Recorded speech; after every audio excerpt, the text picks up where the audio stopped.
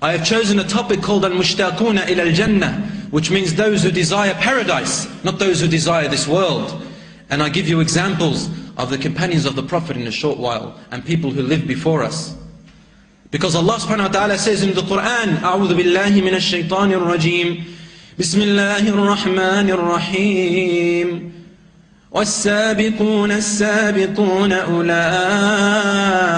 المقربون والسابقون السابقون أولئك المقربون في جنات النعيم ثلة من الأولين وقليل من الآخرين.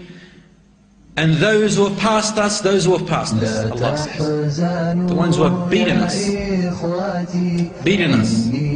أولئك المقربون, they are the ones closer to Allah. Where? في جنات النعيم, in high places in Jannah, blessed.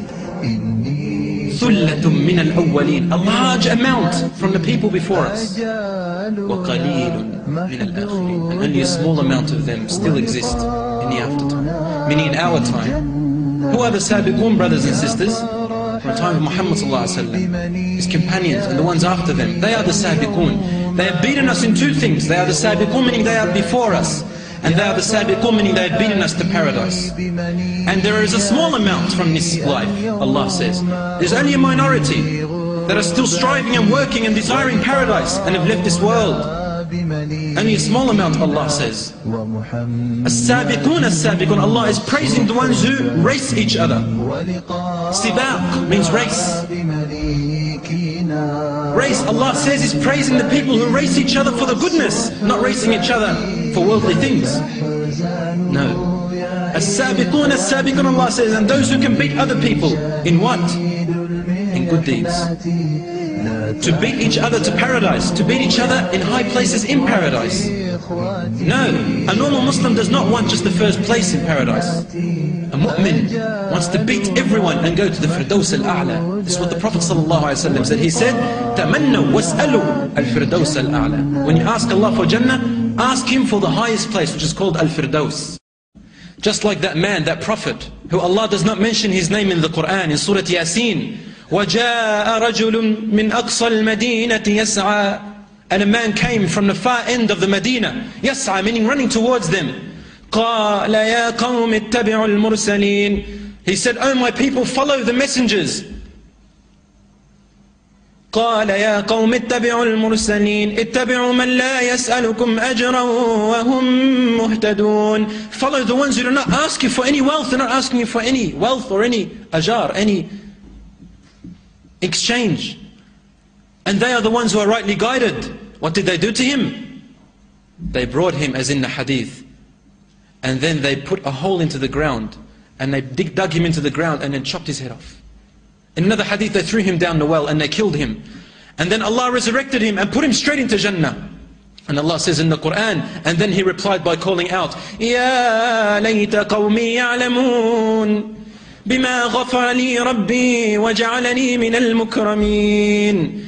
He called out and says, "Oh, woe if only my people had known how Allah has forgiven me and what kind of a blessing He has put me in. Jannah, Na'im, everlasting, everlasting luxury, everlasting freedom, everlasting bliss. If only my people knew where I have ended up."